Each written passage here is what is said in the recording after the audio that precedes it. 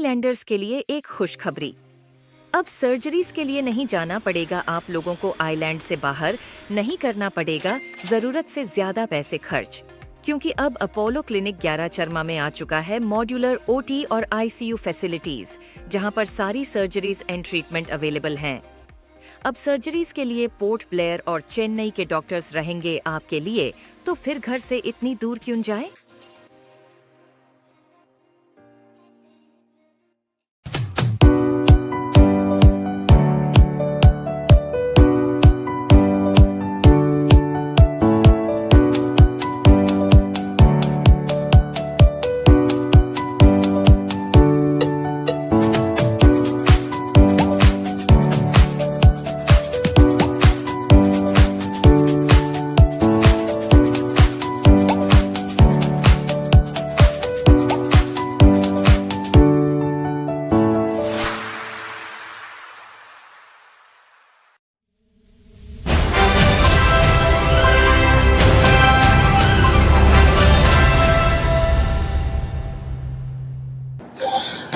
हमारे मीडिया बंधु, आप सभी को नमस्कार।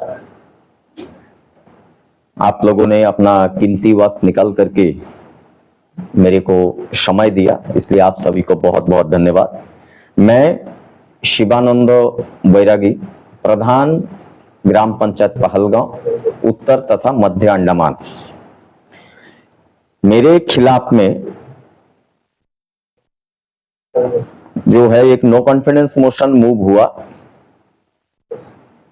और जो गैर कानूनी तरीके से, जो संविधान के खिलाफ था, जो मुझे रिमूव कर दिया और उसमें जो भी मेरा पक्ष था वो सुना नहीं गया। जो संविधान तथा हमारे जो पंचायती राज रेगुलेशन के जो धाराएं थे उसको जो है फॉलो अप नहीं किया। एडमिनिस्ट्रेशन के जो भी अधिकारी इसमें शामिल होते हैं उन लोगों ने नहीं किया।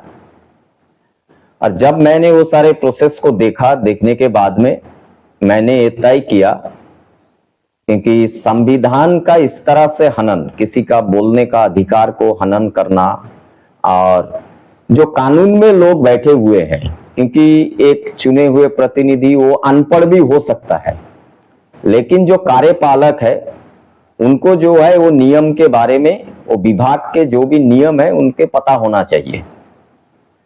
तो मैंने उसके खिलाफ में मैंने कलकत्ता उच्च न्यायालय में जाने का फैसला किया और मैंने विकल्प नाम का एक संस्था है अंडमान निकोबार आइलैंड में, पोर्ट ब्लेयर में, जो जीबी पंत रोड में है, मैं वहां पे कंसल्टेंसी लिया और विकल्प द्वारा मनोनीत एडवोकेट जी मिनी मैडम हमारे इस केस को उन्होंने संज्ञान में लिया और honourable high court Calcutta circuit bench port Blair में 3 तारीख को मैंने पिटीशन मूव किया। 5 तारीख को प्रशासन के सभी विभागों में वो सारा प्रतिलिपियां पहुंचा दिया गया। तत्पश्चात 13 तारीख को 13 दिसंबर को केस का सुनवाई हुआ और कोर्ट ने, महामाननीय अदालत कलकत्ता हाई कोर्ट ने मेरे पक्ष में जजमेंट दिया है और प्रशासन को एक आईना दिखाने का काम किया है। उच्च न्यायालय ने जो 11 नंबर पॉइंट, मैं आप लोगों को दिखा रहा हूं, 11 नंबर पॉइंट में एक कहा गया और वो मैं पढ़ के सुनाता हूं। Till a decision is taken by the executive officer of the Panchayat Samiti, the no confidence motion that has been passed will not be given effect to। यानी जो भी प्रोसेस नो कॉन्फिडेंस मोशन के में हुआ है वो सारे फैसला को हमारा उच्च न्यायालय ने खारिज कर दिया और 4 हफ्ते का एक समय एग्जीक्यूटिव ऑफिसर को दिया गया कि इसको सुधार करके प्रधान को दोबारा उनका कुर्सी पर बिठाने का जो भी प्रोसेस है उसको पूरा करे। ये कोर्ट का आदेश था और ये आज जो है पीआरआई संस्था के लिए भी एक बहुत बड़ा खुशी का दिन है कि ये लोग गैर कानूनी तरीके से कभी भी कुछ भी ऐसा चुने हुए प्रतिनिधि के साथ में कर सकते हैं।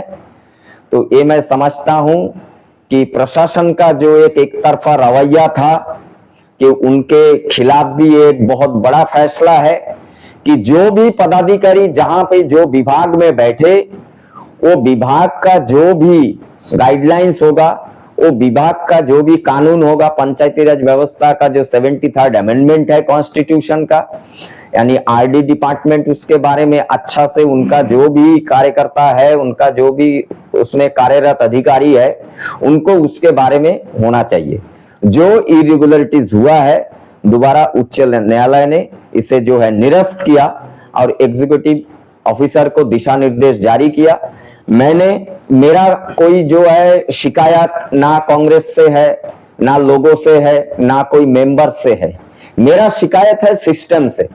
जो सिस्टम में जो अधिकार दिया गया है वो अधिकार के खिलाफ मैंने लड़ाई लड़ा और ये विजय मुझे हासिल हुआ और मैं ये मानता हूं कि पूरे अंडमान निकोबार में जो पंचायती राज व्यवस्था है उसके लिए एक ऐतिहासिक पल है, ऐतिहासिक दिन है। और इसके लिए मैं सभी जो भी हमारे साथ में मेरे गांव के लोग, मेरे गुरु, मेरे माता पिता, मेरे जो शुभाकांक्षी थे, मेरे हमारे पार्टी के जो लोग मेरे साथ में रहे, सभी लोगों ने काफी भरपूर सहयोग किया। और खास करके विकल्प के जो मेन डायरेक्टर है संजय बालन सर, उनके सहयोगी हमारे जॉनी जी और उनका नॉमिनेटेड एडवोकेट एस मिनी, कि जिन्होंने इसमें जो है बहुत सहयोग किया और रिट पिटीशन दाखिल किया और उसमें कामयाबी मिला है। और आप मीडिया बंधु, आप लोग यहाँ पे आए, ये संदेश मुझे देना चाहिए था पूरे अंडमान निकोबार में, और आप लोगों के माध्यम से ये संदेश हर एक पीआरआई के मेंबर्स तक पहुंचेगा, म्यूनिसिपल चुने हुए प्रतिनिधि के पास में पहुंचेगा, एक अच्छा मैसेज जाएगा मैं समझता हूं। और इसका थोड़ा से कारण मैं बता दूं कि पिछले वर्ष पंचायती राज में जो फंक्शनरीज इसको लेकर के जो 73rd अमेंडमेंट में जो पंचायती राज संस्था को पावर देना चाहिए था, वो लेकर के मैंने ही एक बहुत बड़ा आंदोलन किया था, मेरे साथ में नॉर्थ मिडिल में स्टार्ट किया और वो धीरे धीरे जो है साउथ अंडमान तक, पूरे अंडमान के सभी पंचायत इसमें जुड़ गए थे। तो ये ले करके कहीं ना कहीं पे ये एक लामबंदी प्रशासन के अंदर में हुआ और जिसके कारण में ये सारा एक्टिविटी आज प्रशासन के तरफ से कुछ ऑफिसर जो है साठगांठ करके ये कर रहा है कि इसको डिरेल करना है, इसको समाप्त करना है, एक तरह से क्या बोले कि तानाशाह का तरह कि उन्हीं के पास में सब रहना है, किसी के पास कोई पावर नहीं रहना, फंक्शन नहीं रहना, फंक्शनरीज नहीं रहना। ये डिरेल करने का एक तरीका था, यानी हमारे मनोबल को तोड़ने का एक प्रयास है। और आज आपके माध्यम से मैं ये बोलना चाहता हूं, देखिए कुछ नहीं है, हमको वो जो संविधान ने हमें जो पावर दिया हम उसको लेकर लड़ रहे हैं, हम अपने अधिकार के लिए लड़ रहे हैं। हम किसी का पावर को हम समाप्त करने के लिए भी हम लड़ नहीं रहे, हम कुछ नाजायज मांग हम प्रशासन से नहीं कर रहा था। हमने जनता के लिए जो मांग हमारा था, क्या होना चाहिए, 73rd अमेंडमेंट में क्लियर है, पंचायती राज रेगुलेशन 1994 में बना, उसमें क्लियर है नो कॉन्फिडेंस मोशन कैसे मूव होना, उसके लिए कानून बना है, उसके तहत में आप करिए, शिकारी है, अशिकारी है, कुछ भी नहीं है। लेकिन आप उसके खिलाफ में जाइए, मनमानी तरीके से ऑफिसर अपना काम करेगा, ये कतई बर्दाश्त नहीं है।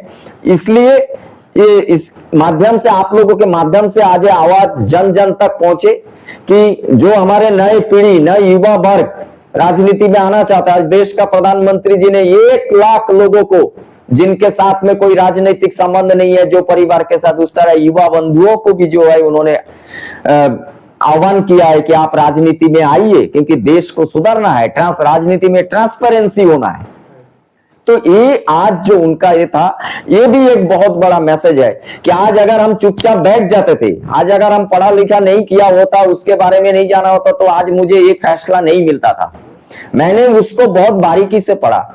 मेरा एक थर्ड टेन्योर चल रहा है, जनता ने मुझे बार बार जिताया, क्योंकि मेरा पंचायत में 9 मेंबर ऑपोजिशन का है। मैंने कभी भी उनके आगे झुका नहीं। जो संविधान था वो संविधान को लेकर के मैंने चला। ठीक है, जो उन्होंने इरेगुलरिटीज किया, जो दिशा निर्देश उच्च अदालत ने, कलकत्ता हाईकोर्ट ने दिया है, उसका पालन सही तरीके से हो और आइंदा ऐसा कोई भी चुने हुए प्रतिनिधि के साथ में आगे ऐसा ना हो। धन्यवाद। AI Kashish suit centre fashion प्रेमी तैयार हो जाएं। खरीदारी के लिए सबसे बेहतरीन जगह यही है। AI कशिश सूट सेंटर बाजार में स्थित गणेश मंदिर के सामने, श्री विजयपुरम। पारंपरिक शान से लेकर आधुनिक ठाठ तक हमारे पास सब कुछ है। हर अवसर के लिए कपड़ों की हमारी विस्तृत श्रृंखला देखें। पार्टी वियर ड्रेस कुर्तियां, क्रॉप टॉप और कढ़ाई, और हाथ से बने कुर्ती सेट, एक दुल्हन एक शानदार साड़ी का जोड़ा और लहंगा चुन्नी पहनती हुई, trendy mom jeans, boyfriend jeans और कार्गो पैंट।